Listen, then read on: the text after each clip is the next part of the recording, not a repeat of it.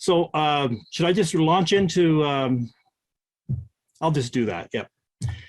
I'm happy to be here, and I'm a little bit, well, I'm very humbled, but I'm also a little bit, I guess, curious why you keep asking me back. But I'm glad to have an opportunity to talk a little bit, and I'll try to share my screen here, and I think that'll work, yeah. Share a little bit about what I've been thinking lately related to agriculture and food, and sort of what I've been distilling from that. But you know how the products of distilleries are, is you're never quite sure if it's going to make anything clearer or if it's just going to raise more questions and make things more difficult. Now, depending on your program and how you've got it set up, you might have to move around your gallery and things like that so that you can see the PowerPoint. I'm not sure how, because there are different ways you can either have speaker view or gallery view or whatever. So you can fool with that. But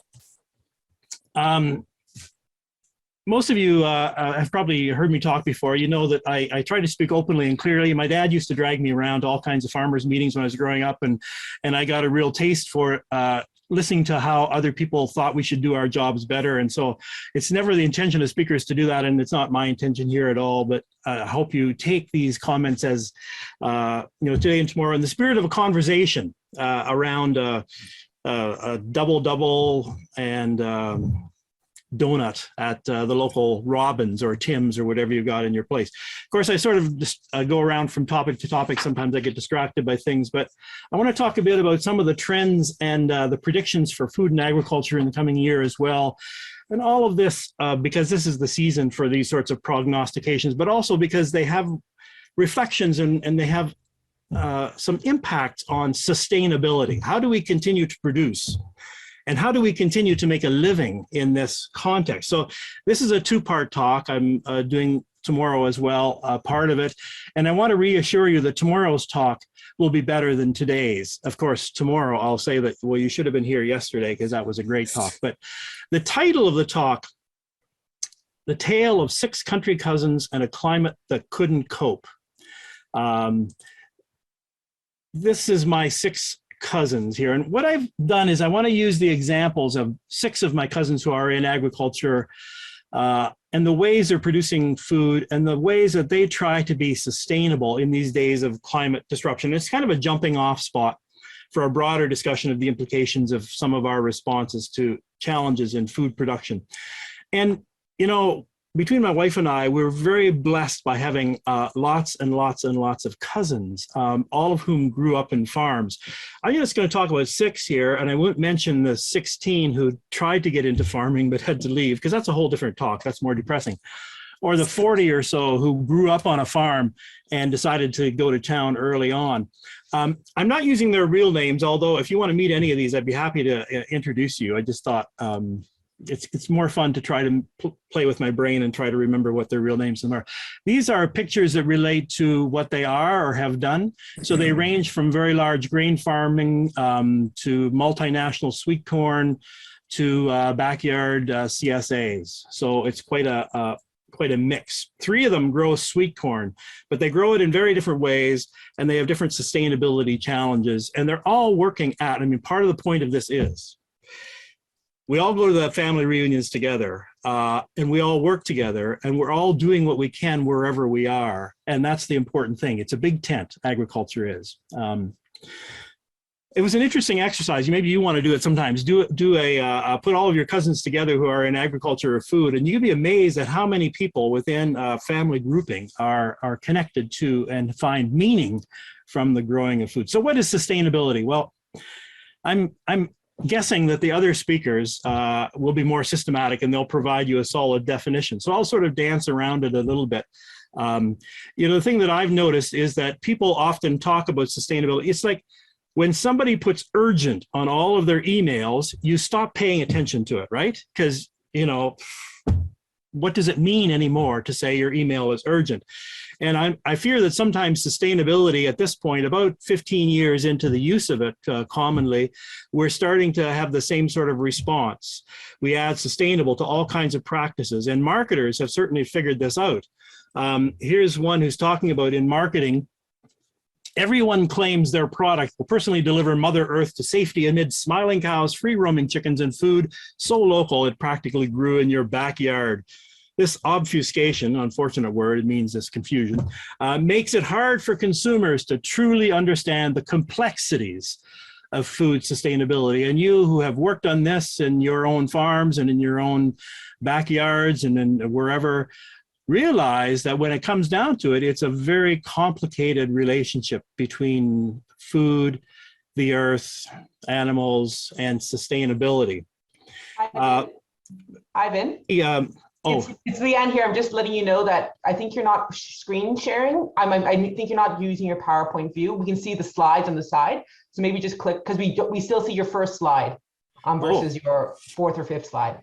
Okay, so the slides on the side. I think you haven't touched, I don't think you've clicked on from the beginning or start the actual PowerPoint. We still see it with like the slides on the side. So you have to do the PowerPoint, begin your PowerPoint. So can you see it changing now? I think, if you have two screens, it might be where it's viewing it. Do you have two screens? No. So do you see the second slide now? Yeah, when you're clicking on it, we see it, but it's you clicking on it versus it presenting. So just to let you know, you might need to click on each of it with the mouse when you move. Yeah. Okay, sorry. Thank you, Leanne. That's great. So this is the quote there that you saw. I guess maybe you didn't see the picture with all of the cousins and the kinds of farms that they were involved in. But so I'll just keep clicking through this and let me know if it's working or if it's not working on this. So one of the things that's happening too is this widespread interest among consumers around sustainability, and it's changing sometimes what grocers are doing or what happens in consumption practices. Here's something that I saw in Canadian Grocer just a couple of weeks ago, and don't ask me why I'm reading Canadian Grocer. It's a long story, but this was an ad from something called UPEMI, the Union of Producers and Employees of the Meat Industry, and they're from the EU. And they're trying to convince Canadian grocers to import European meat to Canada. 3 reasons they said, and I just added this, these are the 3 reasons they gave. It's easy to import, but the second reason I thought was interesting because they said that consumers are paying more and more attention to environmental and ethical aspects when buying meat. And products from Europe can be a great answer to these requirements. So one of the interesting things about their whole lure to grocery buyers is that Europe has very high standards in terms of its environmental protections. It's going to go higher even in the future. And if you really want to get your customers, you need to be buying European meat. And the third thing they said is that people like European meats, especially Italian meats. Now, the interesting thing is this organization is actually in Poland. It's restricted pretty much to Polish meat producers. And if you've spent any time among other Europeans, especially Scandinavians, they speak very sometimes unkindly about Polish meat producing standards. So it's a bit ironic there. But Poland eats a lot of pork, but they're overproducing. They eat about twice as much as Canadians do. They eat about 32 kilometers per year, something like that, or probably more. Canada eats about 20 or something like that. And so they're looking for selling it elsewhere, and they have an office in Toronto. But the thing is that the lure that they're using, if you're a grocery buyer and you've got a couple hundred SKUs or stock keeping units or products that you have to look after, you're trying to find basically what's going to go in and out of that shelf as fast as possible. And so using basically sustainability as a way in which to sell your product is something that's happening. Now, of course, you as a farmer in Newfoundland, Labrador, or wherever in Canada, you have trumps on this kind of a thing because you are certainly much closer to the consumer and have a better record on sustainability. But anyway, that's one of the challenges that we're having. So we have to compete with those. So let's get to the first cousin, Thomas. Thomas has a large grain operation, does mostly corn and soy, probably 1,200 acres himself, but has several thousand more that they've rented. They do custom seeding and harvesting, custom drying. The thing about Thomas, though, he's a very interesting guy to talk to, is that he feels like he has very limited autonomy. He has contracts with all of the people he buys seed and fertilizer from and that he sells to, but he's not able to actually get outside of some of those contracts and make some of the changes he'd like to make. If you talk about things like even cover cropping and so on, they're really trying to work at that. They're really trying to work at crop rotation, but they're finding that in spite of the fact that he has a fair number of resources, it's all tied up. His crop goes to three ways. A third of it goes to ethanol production, a third of it goes to trade, and usually it goes to China. He ships it out of Hamilton, Ontario, and a third of it goes to animal feeds. And when I was thinking about Thomas, I was reading over this. Cargill came up with one of these prognostications about 3 tech trends that are happening right now that we should pay attention to. And the first one kind of started to talk about before, and I'll talk about more, a higher public consciousness about health and immunity. Immunity is really big these days, especially with COVID and everything else, in terms of buying products and foods that are immune resistance. But the second one, and he doesn't feel like he contributes to that in any direct way, which, as growing up as a farmer, it's been a difficult transition for him to make.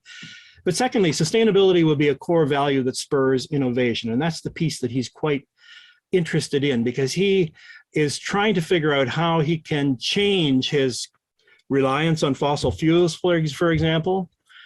His electric truck is on the way if it ever gets built and sent. He's probably one of these people who will go for the electric tractors and so on. But he's trying to figure out, how do you dry corn in a way that is more sustainable and with less fossil fuels? And so he's still waiting for how that innovation will develop that'll help him become more sustainable in what he's doing. And the third thing they mention is that innovation will need to be cost effective. That's a tricky thing. You know, I've heard lots of people talk about how, including yeah, well, you probably have as well, is that we're going to become, in agriculture, we're going to become more sustainable. We're going to use fewer resources. Our productivity is going to go up. And that, for Thomas, is a really difficult kind of way or mind wrap to try to figure out, how is he going to be able to decrease his inputs and increase his outputs without some major changes in what he does. And he's quite pleased to be able to do that. One of the things, for example, that affects him right now, which is something that's affecting a lot of people, is the price of inputs. You've seen these graphs probably of the price of fertilizer in Canada. It's gone up somewhere around 150 to 200% over the past number of months, since July or August or so. And one of the arguments is that fertilizer cost is pegged to the cost of natural gas, or whatever the product is that makes it. But natural gas hasn't really gone up very much in Canada, so it doesn't explain it. So I was talking to him, and he said, well, really, it's an interesting kind of situation, is that when the price of grain goes up, the price of fertilizer for the next year also goes up. There's kind of an expectation sometimes that some sort of calculation is made. And so he had a record crop this year, and most of his clients did as well. Had lots of money in the bank for a couple of weeks, and then he had to buy all the fertilizer and seed for next year, and he found that that's where it goes. So this is a farmer who's doing well, no question. And he's, you know, don't worry about us, he says. With all of the agribusiness programs and risk and insurance programs and so on, they're doing fine. But he's constrained in what he can do in order to nudge his operations towards sustainability. And he's one of the examples of people who are really trying to figure out, he'd be welcoming, for example, regulatory regimes that would demand more compliance to a more sustainable system. But that's Thomas. The next one is Jason. And so he's very same. They grew up a mile apart on the concession, and they're same age. Has taken a different approach. So Jason runs he has a farm, he has a bakery, he has a store, and he has a farm market, which over the course of about 35 years has sort of developed. He focuses very much on local, while Thomas sells everything pretty much internationally or nationally Jason will focus only on the local market. So he does U-Pick, sort of the agritourism thing, which is fun to talk to him about in terms of the challenges. He said, the thing about if you're a farmer and you have laborers who pick your strawberries for you, you have some control over it. When you have a U-Pick, you have a bunch of quasi employees who really don't know how to pick strawberries. And so he's constantly trying to figure out, he actually has professional pickers who come in afterward to finish it off. He has very loyal customers, but they're very, very demanding shoppers as well. And I remember sitting down, he occasionally has these kitchen table conversations where his customers will come and he'll talk about what they're doing on the farm and how all of the products that they sell are as local as possible. He buys from local farmers and so on, things he doesn't grow. But there are a lot of pressures placed on him, and they'll ask him very pointed questions about very specific products that he's growing and what he adds to it and what he doesn't add to it. And people are very dismayed that strawberries are pretty tricky to grow without some kind of help of one sort or another. So he's affected by that. The thing that I was thinking about in terms of Jason is that I was reading this series of food trends where they're talking about some of the things that especially consumers are looking at, and the zero waste trend, plastic-free packaging, edible packaging, composting. He really is challenged with that if you're trying to sell things, like if you have ready-made soup, for example. What do you sell it in? What do you give it to people? He was using large mason jars, did a deposit. People could bring it back. People don't want to bring things back during COVID, and things got all kind of messed around. And he's trying to figure out, how do you deal with those kind of demands of his customers in order to remain and be even more sustainable and still make a living. One of the other things is the regionalization of food awareness. Well, people were sort of more aware of where their food was coming from because there were some grocery shelves that were empty and so on. And that's good for him, and it's good for the next cousin as well. But it's not so easy. He finds that there's a lot of times that people are coming into the market, in early May, and they're wanting strawberries, or they're coming into the market wanting sweet corn. They don't have a sense of what the regional growing system is. And while he can give them the frozen stuff that was frozen when it was at the peak of its taste, they're not really interested in that. The other thing that this list was pointing to, and that he finds as well, people are looking for foods with special powers. Health and immunity are big, and this is a huge thing. A lot of discussion about inflammation these days, or books being written about it and so on, and people have high expectations of their food. The other thing, though, is that real food still sells, and what he tries to do is he maybe sometimes uses that, he's selling real food. But in his meal preparation assistance, which is one of the big things with people, wanting something that's sort of pre-cut, or for example, soups that taste like homemade, there's an interesting kind of a dynamic, because people want to do something related to the cooking of that food, but they don't want to do very much, but they want to do enough so that they feel like they're actually making it. It's like that old commercial, if you ever saw somebody making, I don't know what it was, but they dusted themselves with flour in the kitchen so to make their family think that they'd actually been working so hard to make this thing that actually just came out of a box. But that is part of the psychology of this meal preparation assistance. You want to make people feel like they've done some part of it. But that takes a whole infrastructure as well to have the things cut up and have all of the information there available for people. Digital presence, he's finding that a challenge. He actually has to hire somebody to look after his Facebook page, just to monitor it, to keep it going, to feed it, because digital technology, social media is a monster that needs to be fed regularly. Otherwise, it starts to look really old. Flavor trends are moving quickly, so he finds in his store it's really hard to know what to get in. I know, things like salted caramel, pulled pork, brioche buns, those came in really fast, and then they became widespread, and now they're like not even trends anymore.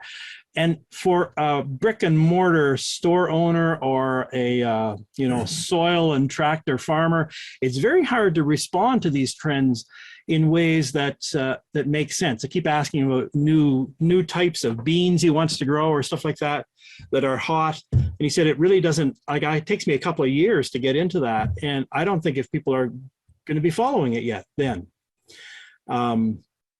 On the last there on this, what will this food do for me?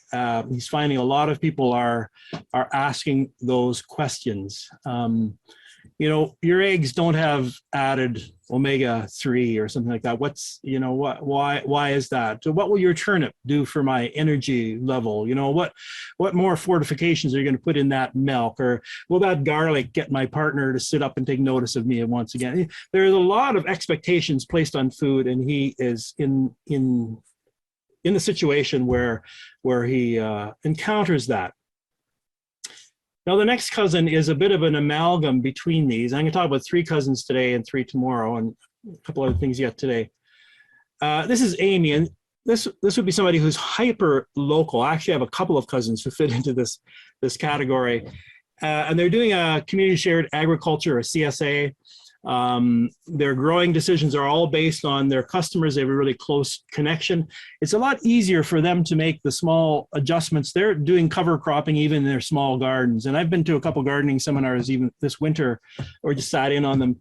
And it's surprising how many people are doing cover crops in their backyard gardens, which throws me off. Every seed catalog now has cover crops, for vegetable seed catalog or whatever. The financial barriers to doing this were reasonable, but Amy and her partner work incredible hours for relatively low return on their labor. They say they don't ever really want to calculate what they're making.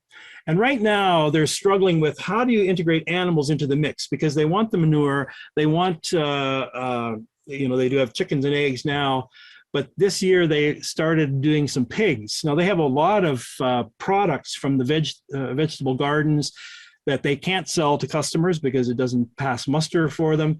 So they're giving them old pumpkins, and they're giving them all the day-old sweet corn and things like that. But the challenge is how to integrate that into the mix. And they had some Duroc landrace pigs this year. But the problem they had is abattoirs, local abattoirs. And this is a problem that is international, really.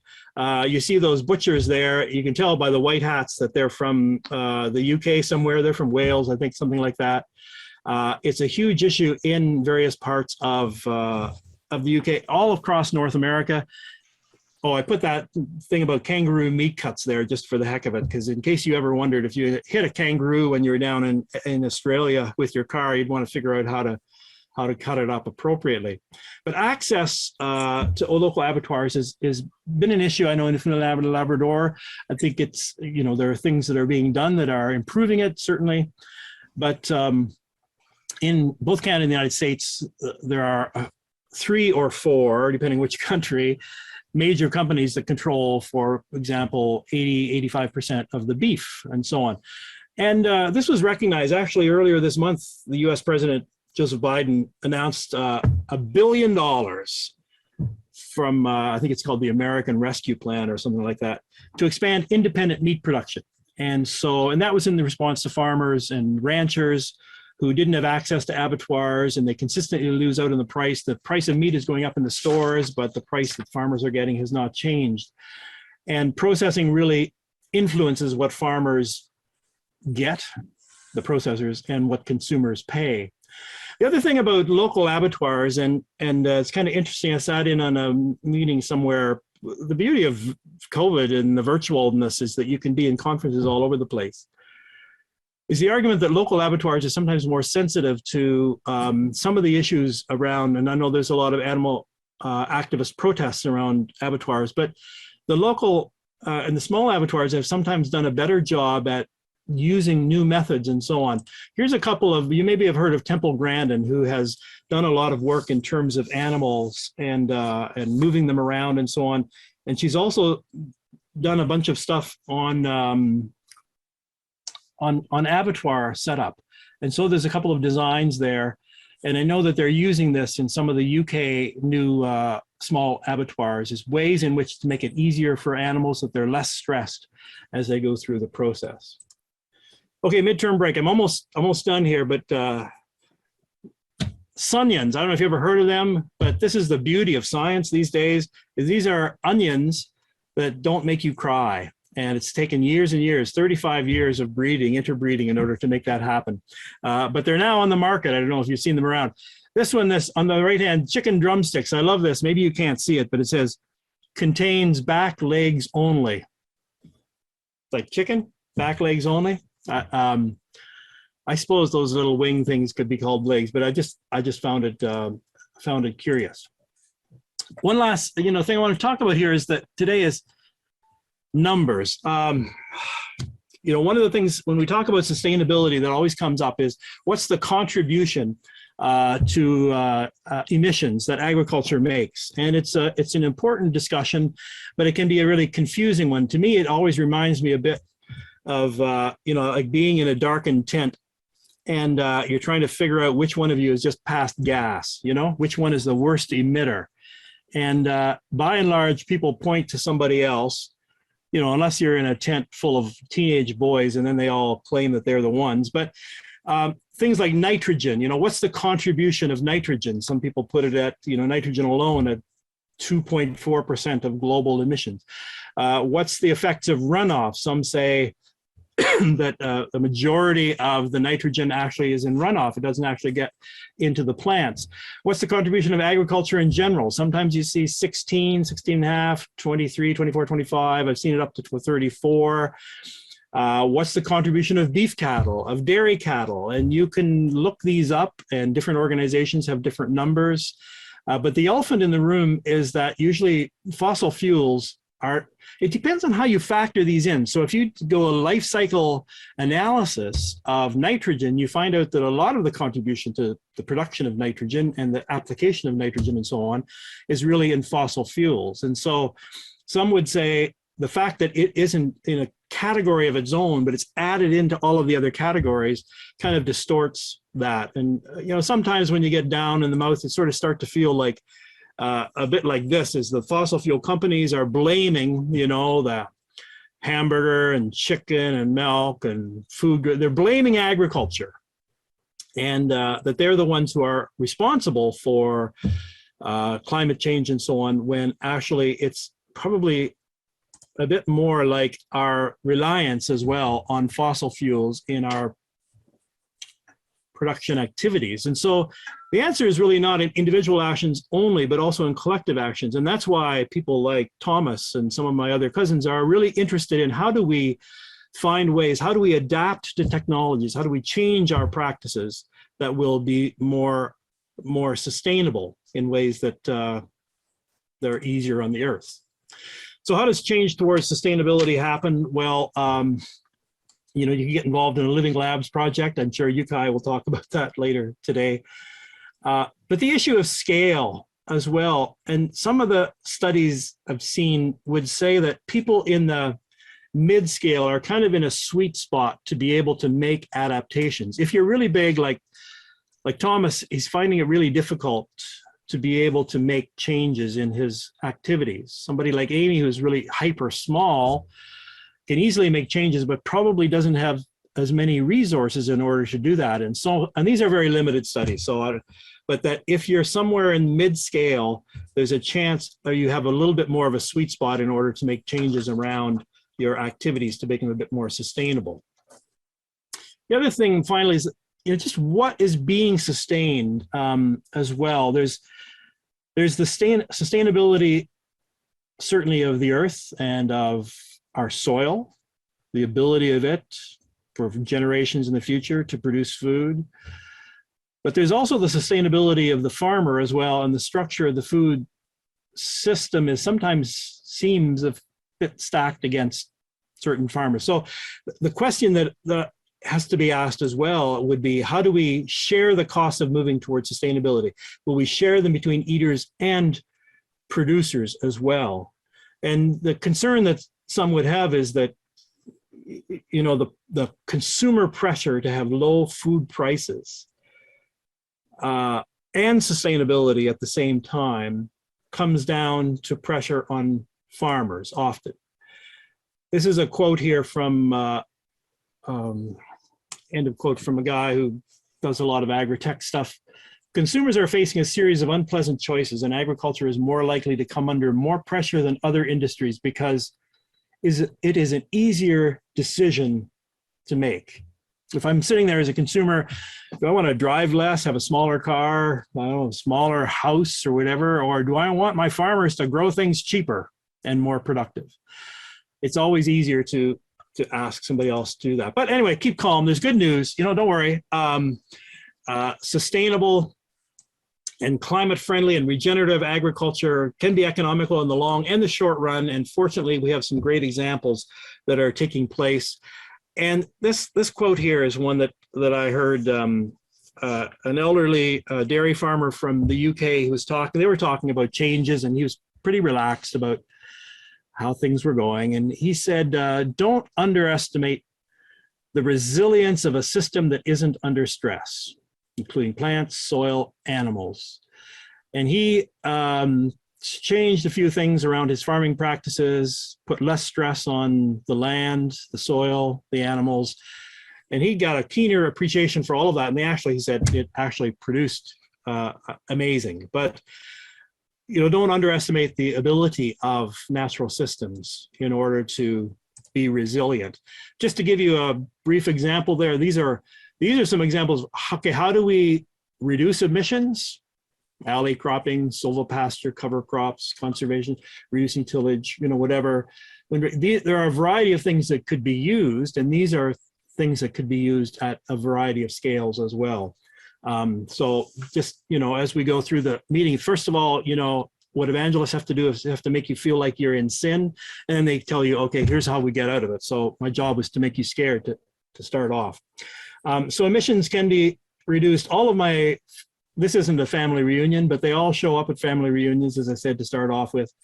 They're all thinking about what to do. They're all doing something. They're all looking for suggestions. And that's sort of the key, is that agriculture is a big tent, but we're all there at the reunion in some way or another.